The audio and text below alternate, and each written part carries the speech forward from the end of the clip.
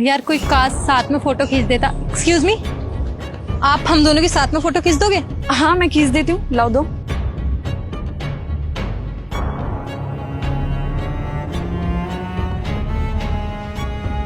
ये लो। Thank you. देख फोटो तो काफी अच्छी खींची है, फोटोग्राफी अच्छी कर लेते हो आप। अच्छा मम्मी।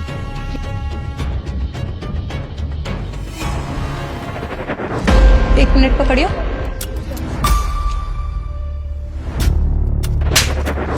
हिम्मत कैसी है तुम्हारी हमारी गाड़ी के आगे आके खड़े होने की? क्या मतलब? ये आपकी गाड़ी है और अगर मैं आपकी गाड़ी में टीक लगा के खड़ी हुई हो गई तो इसमें कुछ होगा थोड़ी। मैं बस नॉर्मली खड़ी थी यहाँ पे, गंदी थोड़ी हो गई है, बिल्कुल साफ है, आप देख सकते हो। अब तुम जैसे लोग अगर इसके आगे आके खड़े होते हैं ना तो ऑटोमेटिकली ही गंदी हो जाती है, उस पे कीचड़ फेंकने की जरूरत नहीं पड़ती है। ये तुम कैसी बातें कर रही हो? अभी लगता है बदतमीजी देखी नहीं है। तुम्हें पता है अगर कोई हमारी बिना परमिशन के हमारी गाड़ी को टच भी करता है ना, हम उसके साथ वो करते कि वो सोच भी नहीं सकता। और आपने अपनी बेटी को संस्कार नहीं दिए क्या? कैसे किसी की भी चीजों को हाथ नहीं लगाना चाहिए?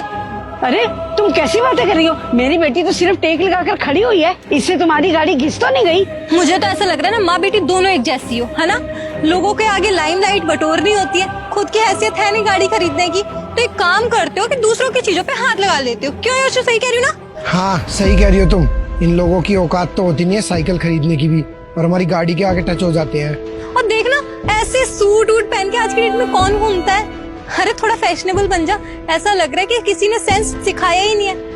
और मैं किससे सेंस की होप कर लूं? गांव में तो लोग ऐसी साड़ी सूट पता नहीं क्या क्या अनकंफर्टेबल चीजें पहन के घूमते रहते हैं। देखो बेटा, ये कोई मैनर्स नहीं है बात करने का। हमारी मर्जी, हम जैसे मर्जी कपड़े पहने। तुम कौन होती हो हमें बोलने वाली? देखो, तुमने मुझे थप्पड़ मारा, मैंने तुम्हें कुछ नहीं बोला। और मेरी मर्जी, मैं कुछ भी पहनूं, तुम कौन होती हो मेरे को बोलने वाली? किसी ने सूट पहना है तो वो गांव की गवार होगी। सबको ना अपनी मर्जी की ड्रेस पहनने की फ्रीडम है, समझ में आया तुम्हें? तुम बहुत ज्यादा बोल रही हो। और मैंने ना सिर्फ तुम्हारी गाड़ी का टेक लिया था। अगर तुम मेरे को ये बात आकर के प्यार से बोल देती ना तो मैं हट जाती, लेकिन तुम्हारा थप्पड़ मारने का कोई मतलब नहीं बनता था। हम तुम जैसे लोगों से डरते हैं क्या?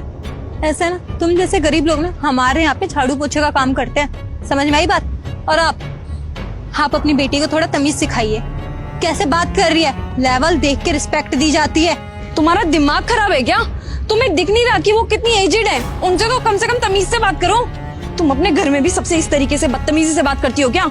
आपके माँ बाप ने आपको सिखाया नहीं है कि बड़ों से कैसे बात करनी चाहिए?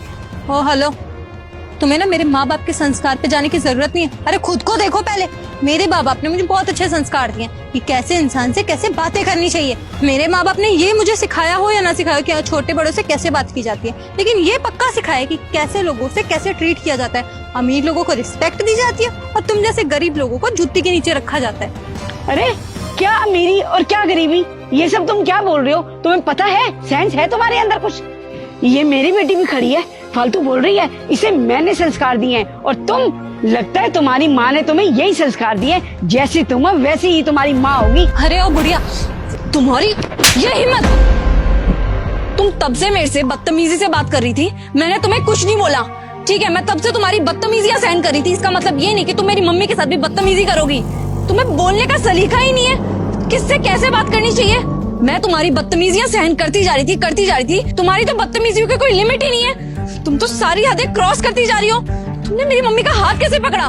कभी ये बोल रही हो कि तुम्हारी गाड़ी में टेक लगने से डेंट आ जाएगा, स्क्रैच आ जाएगा, कभी मेरे कपड़ों में कमेंट कर रही हो, मुझे थप्पड़ तक मार दिया, और अब मेरी मम्मी का सीधा हाथ पकड़ लिया। मैंने सोचा तुम दोनों बच्चे हो, फोटो क्लिक कर रहे हो गाड़ी के आगे। मैंने सोचा तुम्हारी फोटो में कहीं मैं डिस्टर्बेंस क्रिएट ना कर दूं, तो इसलिए मैं चुपचाप आकर के यहाँ पे साइड में खड़ी हो गई। मेरी गलती क्या थी?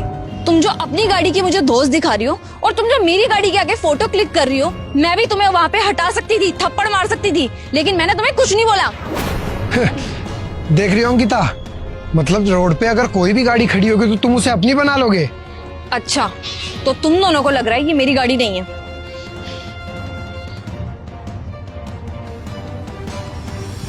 अब तो पता चल गया होगा कि ये गाड़ी मेरी है। मेरी बेटी अगर चाहे ना, तुम्हें अभी के अभी सजा दिलवा सकती है। सजा कैसे दिलवा सकते हो आंटी? मैंने कोई ऐसा गुनाह थोड़ी ना कर दिया। तुम्हें पता है, मेरी बेटी IPS ऑफिसर है, वो चाहे ना तुम्हें अभी के अभी सजा दिलवा सकती है। सॉरी मैम, मुझे नहीं पता था कि आप यहाँ की IPS ऑफिसर है, वरना मैं कभी भी नहीं करती। आंटी जी प्लीज हमें माफ कर दीजिए। देखिए हमें सजा मत दिलाइए, मैं वादा करती हूँ आगे से कभी ऐसा किसी के साथ भी नहीं करूंगी। अच्छा, तो तुम्हें अब पता लगा कि मैं आईपीएस ऑफिसर हूँ, तो जल्दी से माफी मांग लेते हैं, है ना?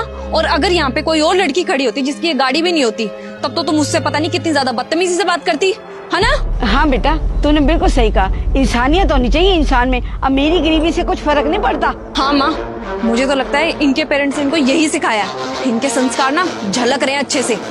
चलो, इनको समझाने का कोई फायदा नहीं है, लेकिन अगर आज के बाद मैंने तुम्हें ये हरकत करते हुए कभी भी पकड़ा ना, तो मैं तुम दोनों को छोड़ूंगी नहीं। चलो माँ,